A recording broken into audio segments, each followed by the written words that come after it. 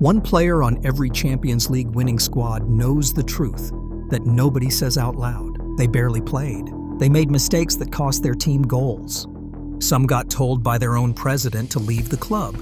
Some missed open goals that became memes watched by millions. This is every one of those players ranked from least embarrassing to completely unforgivable. And number 1, retired to become a fisherman. Number 10, Jérôme Boateng. Before we even talk about what Boateng did on the pitch, you need to understand what happened to him off it. In May 2019, his own club president, Uli Hoeneß, walked up to a microphone at a public celebration and told the entire world that Boateng was like a foreign body at Bayern Munich and should go find another team, in front of reporters, cameras, and thousands of fans. Most players would have collapsed under this weight of humiliation.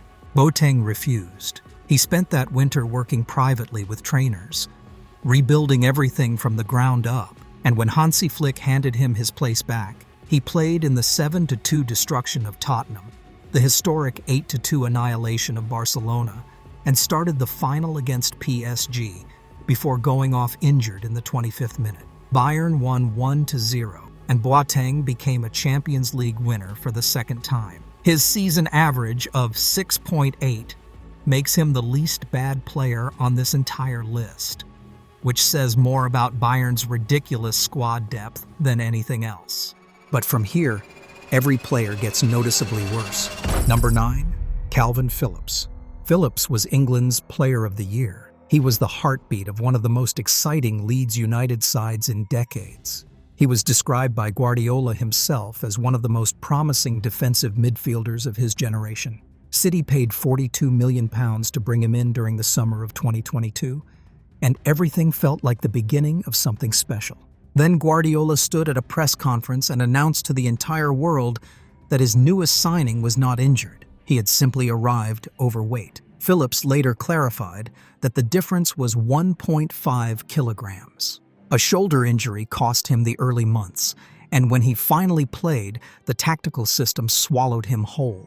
He managed roughly 13 combined minutes across 2 group stage substitute appearances, and never made the squad for the Istanbul final against Inter Milan. His value has since crashed from €50 million to around €6 million. But at least Phillips was visible enough on a pitch for someone to form an opinion about him. The next player on this list spent most of his season in a hospital bed. Number 8, Eder Militao. Militao tore his ACL on the very first day of the season against Athletic Bilbao. While he was lying on an operating table recovering from surgery, Real Madrid extended his contract until 2028 and set his release clause at €1 billion. He spent 8 months rebuilding, came on for a few minutes in the quarterfinal against Manchester City, played briefly in the Wembley final against Dortmund, and finished the campaign as Madrid's lowest-rated player despite being one of the most talented center-backs alive. When he finally returned to the pitch, he said the feeling was indescribable. What came next was even more devastating. The following season, he tore his ACL again, this time on the other knee. 2 different knees, 2 ACL tears, within 18 months of each other. But if Militao's story is about heartbreak, the next entry is about something far more straightforward, pure, youthful terror. Number 7, Kiko Casilla. As a child, Casilla plastered posters of Iker Casillas on his bedroom walls, joined Madrid's academy at 13, and had Zidane personally hand him a pair of boots after his very first training session. He kept those boots in a display case at home for years, like they were holy relics. When he finally got his chance against Shakhtar Donetsk, Madrid were already winning 4-0. The match was completely dead. Then Shakhtar won a penalty, and he did not save it. Minutes later, he hesitated on a corner and conceded another. Then a third goal arrived before the whistle blew.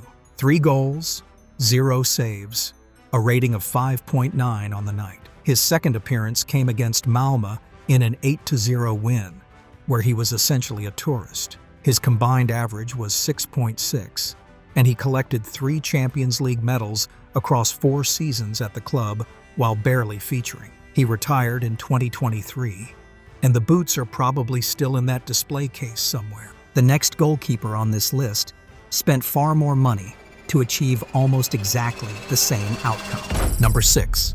Kepa Arrizabalaga. Chelsea paid €80 million to make Kepa the most expensive goalkeeper in football history. Within 2 years, his save percentage was the worst any regular Premier League starter had ever recorded. He was conceding 11 more goals per season than statistical models predicted. The abuse from fans became so relentless that he turned off comments on his social media entirely. Then came the Carabao Cup final, where he refused to be substituted, stood on the pitch, waving his finger at Sarri in front of 90,000 people on live television, while his manager visibly disintegrated on the touchline. He was later reported to have cried in the dressing room when the gravity of what he had done hit him. His entire contribution to Chelsea's title-winning Champions League season was one single appearance in a dead rubber group stage match, where the very first shot on target beat him. He watched the Porto final as an unused substitute. But none of this quite reaches the level of what the next 3 players put their clubs through. Number 5. Lucas Hernandez. Lucas Hernandez tore his right ACL at the 2022 World Cup. Then, while playing for PSG in the 2024 Champions League semi-final against Dortmund, he tore his left ACL in the 42nd minute. 2 different knees, 2 complete ruptures, 18 months apart. He returned in December 2024, played 118 total minutes across 5 appearances all season with just 1 start, and PSG beat Inter Milan 5-0 in the final. After the trophy presentation, he was the last man still celebrating, alone with the kit staff at 5 in the morning, wandering the pitch while everyone else had gone home. He called the season simultaneously the most painful and most beautiful experience of his career. He had already won this trophy with Bayern Munich in 2020, making him one of the very few players to lift the Champions League with 2 different clubs while barely contributing to either campaign. From here, the stories stop being about injury and start being about something much harder to defend. Number 4. Jesus Vallejo. A decade at Real Madrid brought Jesus Vallejo 13 trophies, but barely a role. With only around 35 appearances, his journey was defined by waiting. His lone Champions League moment came under immense pressure, stepping in unexpectedly when the team had no other choice. Mandzukic scored in the 2nd minute. Madrid conceded 3 goals in total. Vallejo recorded 0 interceptions, 0 duels won, and 0 tackles. Only a controversial 93rd minute Ronaldo penalty saved the entire campaign and accidentally handed Vallejo a medal.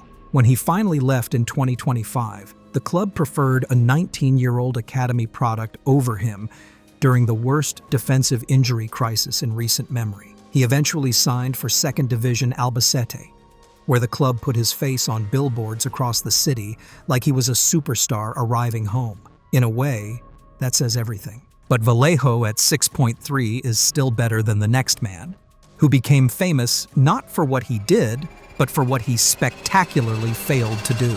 Number 3. Mariano Diaz.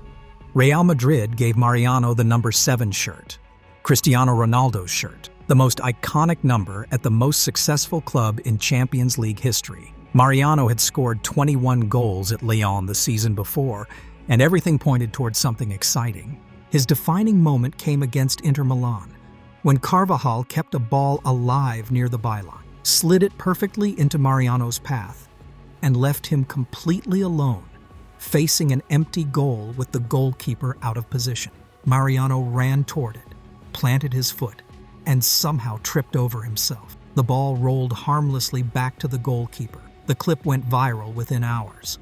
He finished with a 6.0 rating, tied exactly with the next player, who contributed almost nothing on the pitch yet was described by his manager as doing half the coaching work behind the scenes every single week.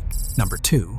Adam Lallana. Before the injuries arrived, Lallana was genuinely magnificent. In 2016-17, he made 42 appearances, scored 11 goals, created 8 assists, and ran over 13 kilometers in a single match against West Ham. He was named England Player of the Year. Then, a thigh injury in pre-season 2017 took something away from him that never fully came back. By the Champions League campaign, he contributed just 97 minutes across 3 appearances and sat as an unused substitute in the Madrid final. Klopp once told reporters that Lallana did 50% of the coaching at Liverpool because his pre-match training sessions were so ferocious and detailed that the actual opponents felt easier by comparison afterwards. It produced a rating of 6.0, tied with Mariano Diaz, and good enough only for second place, because no one else on this list managed to combine a handball and a retirement career involving fishing boats into one single Champions League story. Number 1. Fabio Coentrão. Coentrão started every knockout match in Real Madrid's La Decima campaign. His pass directly created Gareth Bale's legendary Copa del Rey solo goal. He was bought for €30 million and was genuinely one of the best left-backs in Europe at his peak. By 2017, chronic injuries to his hamstrings, knees, and thighs had taken so much from him that he was playing 2 matches all season and struggling to remember what made him great. Against Sporting Lisbon, he came on as a substitute, reached toward a loose ball to claim it had hit Campbell's hand, and at the exact moment he raised his arms, the ball deflected off his own raised hand inside the penalty area. The referee pointed straight to the spot, and Sporting equalized. After the match, he did not make excuses. He walked to the microphone and told the world clearly that the club demands a level of play he was not at anymore, and that he had forgotten how to play football at Real Madrid. He retired at 33, took a pay cut to go home to Rio Ave, and today owns 3 fishing boats on the Portuguese coast, employing 45 people. His boat once rescued 15 fishermen from a sinking vessel.